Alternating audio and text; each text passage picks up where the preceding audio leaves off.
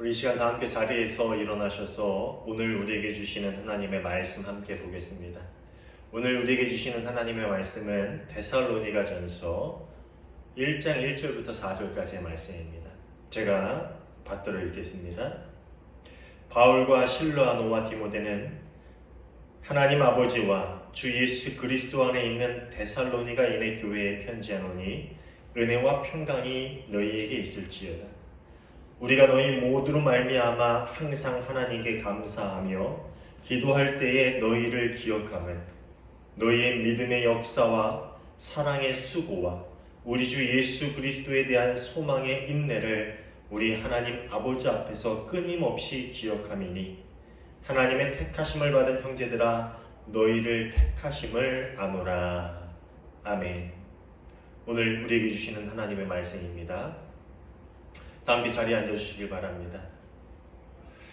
오늘도 주님의 평화가 예배하는 우리 모두에게 함께하기를 간절히 소원합니다. 우리 지난주에 교회 소식을 전하면서 이 한 해 동안 감사한 일들을 좀 몇 가지씩 적어보라는 그런 말씀을 드렸는데 모두들 한 해 동안 있었던 일들을 돌아보면서 감사한 일들을 좀 적어보셨지요? 혹시 오늘 못하신 분들은 예배가 끝나고 집에 가서 잠깐 시간을 내서 적고 그것을 성경책에 끼고 늘 기도할 때마다 보시면 좋을 것 같아요. 저는 한 주 동안 좀 돌아보면서 감사한 일들이 뭐가 있었을까라고 세워봤는데 물론 여러분도 그렇겠지만 저도 참 많은 감사할 만한 일들이 있더라고요. 저는 코로나 때문에 여러 가지 어려움이 많기도 했지만 코로나 덕분에 목양실에서 지내는 시간이 예전보다 더 많아져서요. 말씀을 깊이 묵상하고 설교에 집중할 수 있어서 저한테는 더 좋았던 시간이었던 것 같고요. 또 올해로 하은교회 부임한 지 2년이 지났습니다. 어느새 이렇게 시간이 훅 흘러갔더라고요. 그런데 그동안 하나님의 은혜로 정말 큰 어려움 없이 잘 지낼 수 있게 해주신 것을 정말 감사드리고요. 또 올해 또 감사한 일 중에 하나는 아들이 대학을 갔는데 호주에 간 아들이 건강히 잘 지내다가 코로나 덕분에도 대학을 가게 됐어요. 여러 가지 사정이 있는데 어쨌든 대학을 잘 들어가서 지금 잘 다니고 있는 것 또한 감사한 일이고요. 그 밖에도 감사한 일들이 정말 셀 수 없을 만큼 많았다라는 것을 새삼 깨달았습니다. 그런데 올 한 해 많은 일들 가운데서 감사하면은 떠오르는 일이 하나 있는데요. 많은 일들 중에 이 한 권사님께 받은 문자의 내용이 감사하면은 저는 떠오릅니다.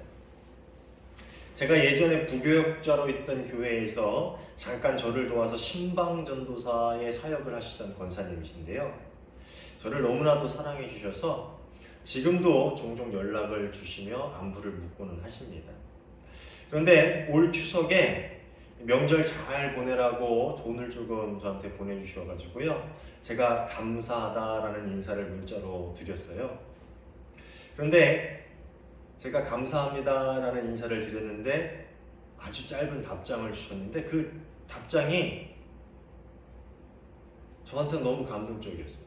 그 답장의 내용이 다른 말 없이 딱 이거였어요. 목사님이 계셔서 감사합니다. 제가 이 문자를 받고요. 정말 가슴이 너무 벅차올라가지고 한참 동안 그걸 보고 있었어요. 저는 그 권사님을 위해서 무엇 하나 해준 것이 없는데 늘 항상 받기만 해서 늘 죄송한 마음뿐인데 오히려 그런 말씀을 저한테 해주시니까 정말 뭐라 표현할 수 없는 감동이 제 가슴에 가득했습니다. 그래서 속으로 제가 답장을 그렇게 보낼까 하다가 그냥 속으로만 생각했어요. 권사님이 계셔서 제가 정말 감사하죠. 그 말을 수없이 마음속으로 되뇌었던 것 같습니다. 존재만으로 있다는 것만으로 누군가에게 기쁨이 되고 감사의 이유가 될 수 있다면 그것이 얼마나 큰 행복일까라는 생각을 해보았습니다. 신약 성경에서 많은 비중을 차지하고 있는 바울의 서신에서 그가 자주 언급하고 있는 말이 하나 있는데요. 오늘 우리는 데살로니가 전서를 함께 보았는데 1장 2절에 그 말이 나옵니다. 우리는 여러분 모두를 두고 언제나 하나님께 감사를 드립니다. 바울은 이 서신서 말고도 다른 서신서에서도 내가 여러분을 생각할 때마다 하나님께 감사합니다 라는 그런 표현을 자주 사용합니다. 그런데 왜 바울은 그들을 생각할 때마다 하나님께 감사하고 있는 것일까요? 3절을 보면은요, 믿음을 따르고 살며 사랑을 행하고 있으며 예수 그리스도께 소망을 두고 힘든 상황을 인내하고 있는 당신들을 생각할 때마다 내가 감사한다라는 그런 이야기를 하고 있습니다. 이 데살로니가는요, 현재는 그리스 말로 테살로니키라고 불리는 도시인데요, 아테네 북쪽으로 약 320km 떨어진 아주 번화한 항구 도시입니다. 저도 예전에 성지순례 때 한번 가본 적이 있는데 너무나도 깨끗하고 참 좋은 도시입니다.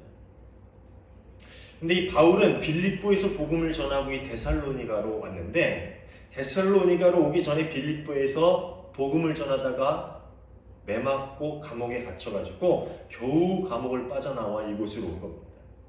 그래서 이곳에 와서 데살로니가에 와서 또 마찬가지로 여기서 복음을 전하는데, 당시 헬라 사상을 가지고 있던 이들에게 이 복음이라는 것은요, 세상을 구원할 메시아가 세상에 왔는데 신분도 별로고 누구나 꺼리는 십자가에 달려 죽었고 죽은 지 3일 만에 부활했다 라는 이 바울이 전하는 이 복음은 당시 사람들에게는 얼토당토한 말도 안 되는 그런 이야기에 불과했습니다.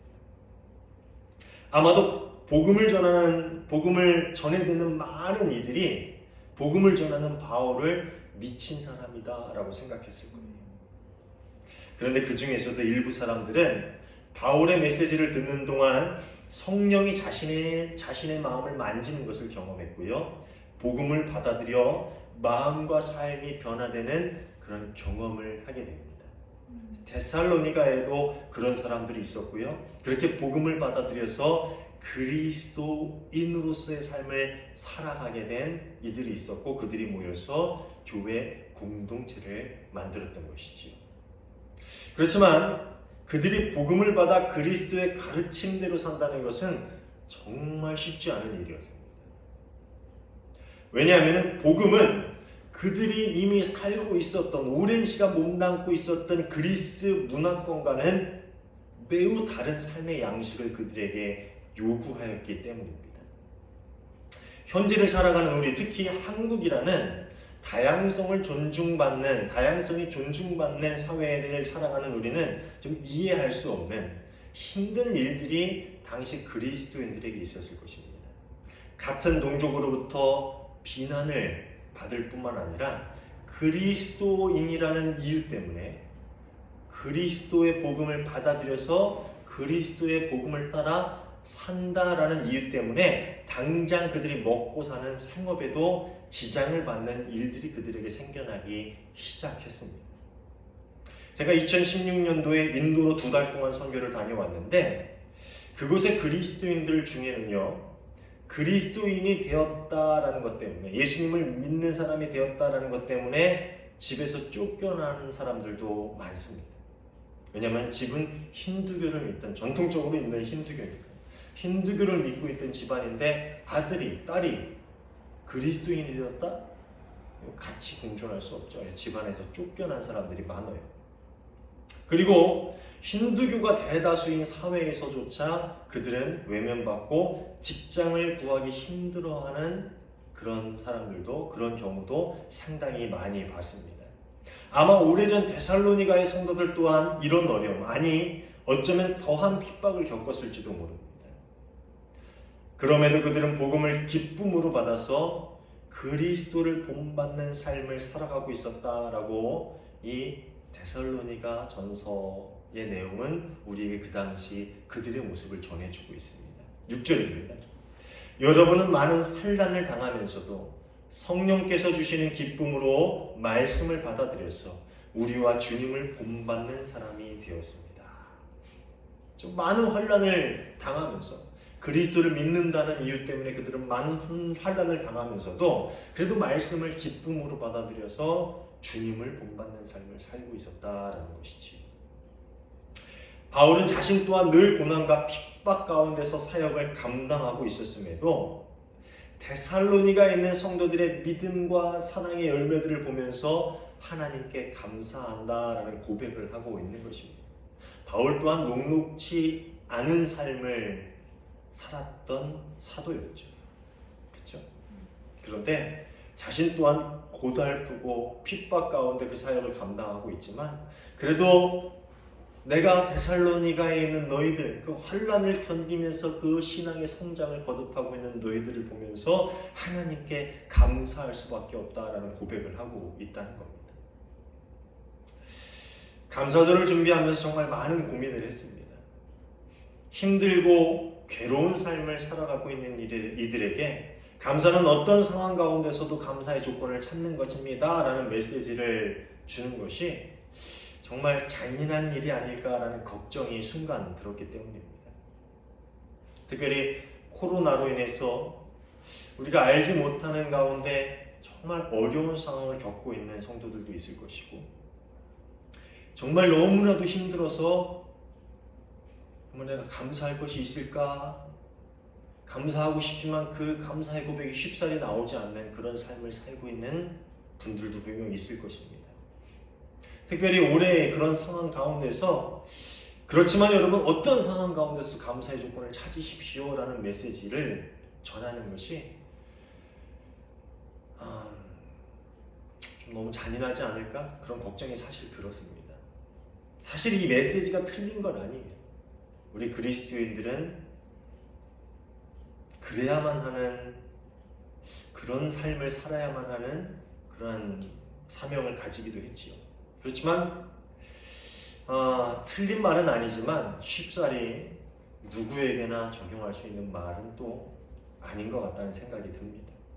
지난주에 제비뽑기를 설명하면서 히브리적 사고에서 하나님의 백성의 삶에는 우연이나 행운이 없다라는 이야기를 드린 적이 있죠. 우리 삶에 정말 기쁘고 행복할 만한 일이 생기거나 또 반대로 너무 슬프고 가슴 아픈 일이 생기는 것은요 모두 우연이 아니라 하나님의 섭리로부터 비롯된다라는 것이 그들의 사고방식이었습니다. 성경을 보면은요 다윗이 왕으로 선택받은 것은 우연일까요? 아니죠. 그리고 왕이 되기 전까지 온갖 고난을 당하고 죽을 뻔한 위기를 겪게 된 것도 우연일까요? 아니죠. 모든 것이 다 하나님의 계획 가운데 있는 일이었습니다. 우리가 잘 알고 있는 찬양이 하나 있는데 주의 인자는 끝이 없고 라는 찬양 아시죠? 주의 인자는 끝이 없고 그의 자비는 무궁하며 아침마다 새롭고 늘 새로우니 주의 성실이 큼이라. 이 찬양이죠. 이 찬양은 예레미야 애가 3장 22절 23절 말씀을 가지고 쓰여진 찬양인데 그 말씀의 내용이 이래요. 여호와의 인자와 긍휼이 무궁하시므로 우리가 진멸되지 아니함입니다. 이것들이 아침마다 새로우니 주의 성실함이 크시도소이다. 참 재밌는 것은요. 이 애가는 북이스라엘과 남유다가 바벨론에 멸망한 것을 슬퍼하며 지어진 노래예요. 그러니까 애가 슬픈 노래다라는 뜻이죠. 그런데 그렇게 멸망당한 나라를 생각하면서 그들이 뭐라고 찬양합니까? 하나님의 성실하심이 크도다. 그렇게 찬양할 수 있는 것은 지금 그들이 겪고 있는 고난 또한 우연 속에서 생긴 역사 속의 한 사건이 아니라 하나님의 이스라엘을 사랑하시기 때문에 주신 것이다 라는 믿음이 그들 가운데 있었다는 것이죠. 그렇기 때문에 기쁠 때뿐만 아니라 슬프고 힘들 때에도 가슴이 찢어진 듯한 아픔을 겪을 때에도 하나님의 사랑과 신실하심에 감사해야 한다라는 말은 틀린 말은 아니에요. 그게 하나님의 백성으로서의 삶이기도 합니다. 하지만 코로나로 인해서 사업이 망해 빚더미에 앉아있는 사람에게 감사하십시오. 그 가운데서 감사의 조건을 찾아보십시오. 사랑하는 가족이 큰 병에 걸려 곧 돌아가실 것 같은 상황에 있는 사람에게 감사하십시오. 그래도 감사해야죠. 당장이라도 쓰러질 것만 같은 힘든 마음을 가지고 하루하루 죽지 못해 사는 사람에게 감사하세요. 그렇게 말하는 게 너무 잔인한 메시지가 아닐까 하는 걱정이 제 마음에 들었어요. 사실 추수감사절의 설교라서 그냥 감사에 대한 메시지를 전하려고 준비하다가 문득 제 마음에 이런 마음이 들어서 오늘의 말씀을 준비했습니다. 근데 하루는 아침에 딸아이가 방에서 울고 있는 것을 보았습니다. 걱정이 돼서 일단 아내에게 들어가 보라고 하고서 저도 조금 이따 들어가 봤어요. 근데 우는 이유가 여러 가지 이유가 있었겠지만 울면서 뭐라고 했냐면은 공부하는 게 너무 힘들어서 못하겠어요 하면서 막 우는 거예요. 처음에는 너무 잠도 못 자가면서 공부하는 것이 안쓰러워서 그냥 그렇게 이해하려고 하는데 막상 공부 못하겠어요, 못할 것 같아요 라고 대성통곡을 하니까 화가 나더라고요.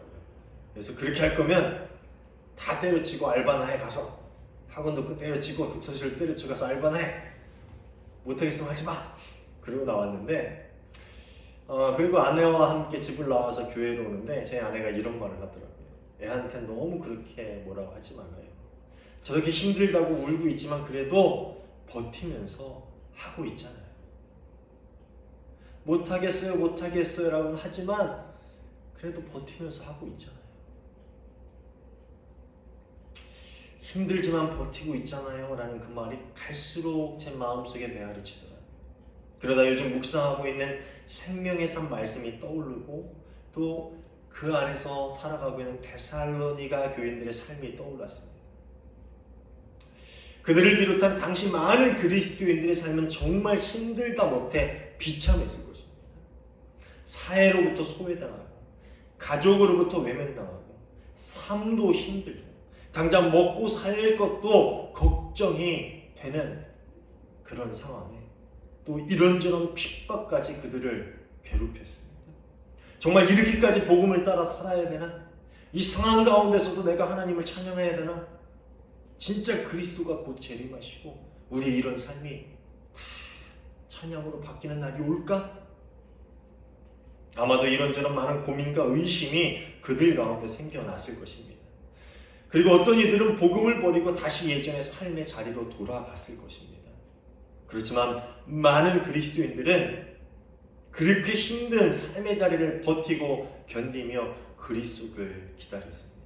그리고 그 시간들 속에서 그들은 자신도 모르는 가운데서 점점 신앙이 성장해 갔고 그런 그들의 모습이 바울에게 그리고 막 신앙을 가지고 십자가의 길을 걷기 시작한 이들에게 감사한 이유가 될 수 있었다라는 것이지. 우리 데살로니가의 그 뒷부분을 보면은요, 너의 모습이 마게도니아 아가야에 있는 모든 믿는 사람에게 본이 되었다. 그래서 내가 너무 감사하다. 솔직히 좀 현실적으로 생각을 해보니까요, 당시 데살로니가인들도 이래든 저래든 난 감사해요. 그래도 감사해요. 저래도 감사해요. 그렇게 살지는 않았을 것 같아요.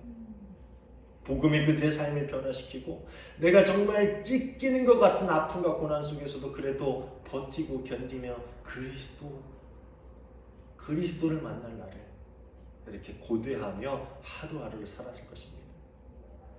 그리고 그런 가운데서 그들은 점점 성장해 갔던 것이지요.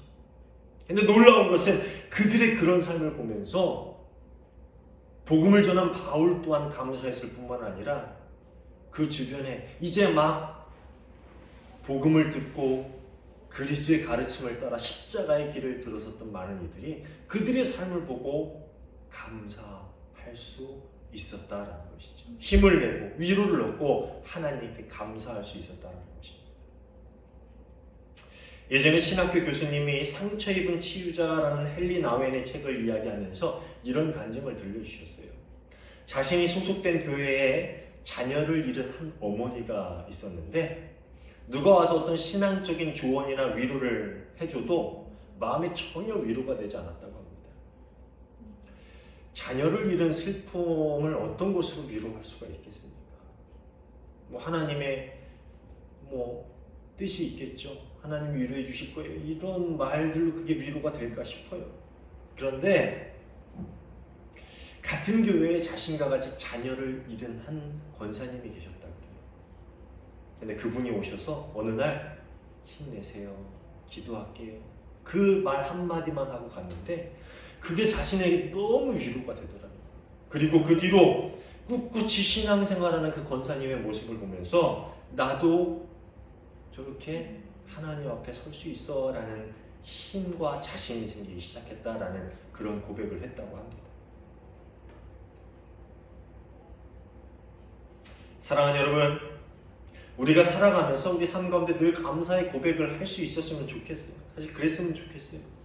특히 코로나로 인해 힘든 시간을 지나면서 그동안 누리며 살았던 모든 것들이 얼마나 감사한 일인지 우리는 깨닫고 있지요. 바라기는 힘들고 어려운 시간들 속에서도 그런 감사의 고백들이 나올 수 있었으면 좋겠습니다. 그렇지만 그마저도 할 수 없을 때면은 누군가 근근히 버티는, 그래도 주님을 바라보면서 근근히 견뎌내는 우리의 모습을 보는 것만으로도 누군가는 힘을 얻고 하나님께 감사할 수 있다는 것, 아니 그러고 있다는 것, 그렇게 우리는 감사의 조건이 될 수 있다는 것 하나만은 우리가 잊지 않았으면 좋겠습니다. 그 옛날 그 힘들던 데살로니가인의 삶을 보면서 바울이 위로를 얻고 감사하고 또 그 주변에 많은 그리스도인들이 위로를 얻고 힘을 얻고 하나님께 감사할 수 있었던 것처럼, 여러분 힘들지만 그래도 겨우겨우 예수의 손을 잡고 버티는 우리의 삶을 통해서도 누군가 힘을 얻고 위로를 얻고 하나님께 감사의 고백을 드릴 수 있을 것입니다. 이렇게 우리는 감사의 조건이 될 수 있는 삶을 살아가고 있는 것입니다. 오늘 우리 옆에 보면서 이렇게 인사하면서 말씀을 마쳤으면 좋겠습니다. 당신이 계셔서 하나님께 감사합니다. 한번 옆 사람에게 이렇게 인사해 보세요. 당신이 계셔서 하나님께 감사합니다. 당신이 계셔서 하나님께 감사합니다. 기도하겠습니다. 하나님 감사합니다. 늘 우리에게 긍휼을 베풀어 주시고 우리 삶의 인도자가 되어 주시며 우리가 알지 못하는 시간 속에서도 필요한 모든 것들을 채워주심에 감사를 드립니다. 늘 주님의 그 은혜를 기억하며 감사의 고백이 우리 입술을 통해 흘러나오게 하옵소서. 그리고 감사의 고백이 찬양이 되게 하시며 우리 삶 가운데 울려 퍼지는 찬양이 세상 모든 이들에게 주님을 알리는 증거가 되게 하여 주옵소서.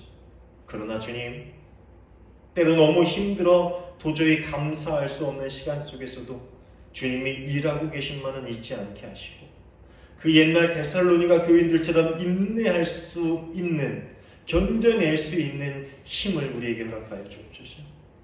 그리고 우리의 인내가 누군가에게 감사의 이유가 될 수 있다는 것을 기억하는 복된 삶이 되게 하여 주옵소서.